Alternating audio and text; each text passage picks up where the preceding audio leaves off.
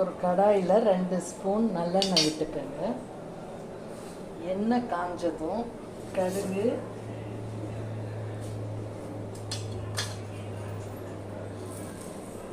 ஒரு 2 ஸ்பூன் உளுத்தம் பருப்பு, கடலைப்பருப்பு போட்டு நல்லா வதக்கிக்கோங்க. தோரம் பருப்பும் கொஞ்சம் போடலாம்.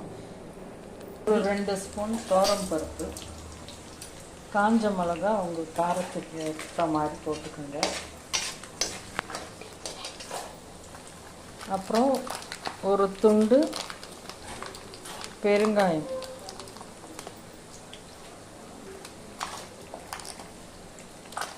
போட்டு பருப்பெல்லாம் நல்லா செவக்க வதக்கிக்கோங்க.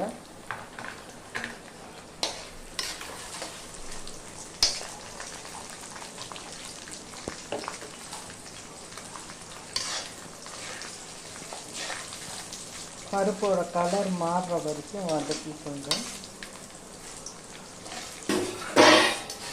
பருப்போட நிறம் மாறிடுச்சு. இப்போ இதிலேயே நறுக்கி வச்ச தக்காளி, காயாக இருக்கிற தக்காளியை போட்டுக்கோங்க. இதை நல்லா வதக்கணும்.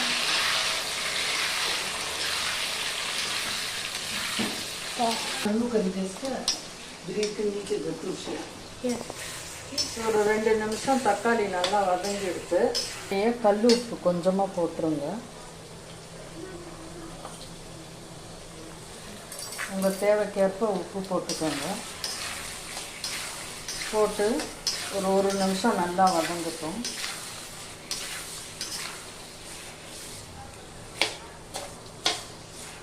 கேஸ் ஆஃப் பண்ணிடுங்க.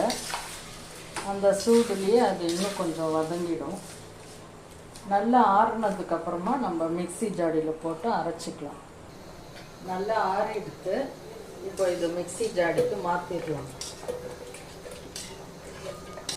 இப்போ வதக்கின தக்காளி, பருப்பு எல்லாம் நல்லா ஆறிடுத்து. இதை ஒரு கோர்ஸாக அரைச்சிக்கலாம்.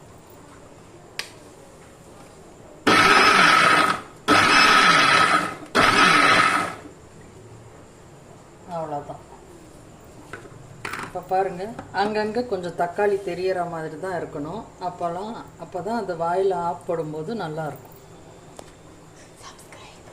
ரோஷி விருத்தி சேனலுக்கு சப்ஸ்கிரைப் பண்ணுங்கள், லைக் பண்ணுங்கள். உங்கள் கமெண்ட்ஸை நீங்கள் கீழே எழுதலாம். தேங்க்யூ.